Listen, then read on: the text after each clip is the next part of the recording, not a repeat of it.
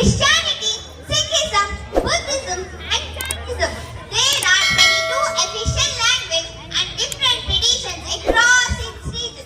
My India's biggest strength is manpower and youth. Unity in diversity that creates a sense of oneness, togetherness, and harmony among the citizens of India.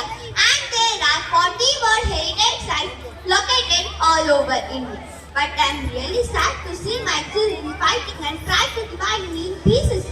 I want to see my children set unity. Some people say I'm Hindu, I'm Muslim, and I'm Christian. But nobody says that I'm Indian. Before the Indian independence movement in the early 90s, India was being under the influence of a foreign for the entire history. It was never in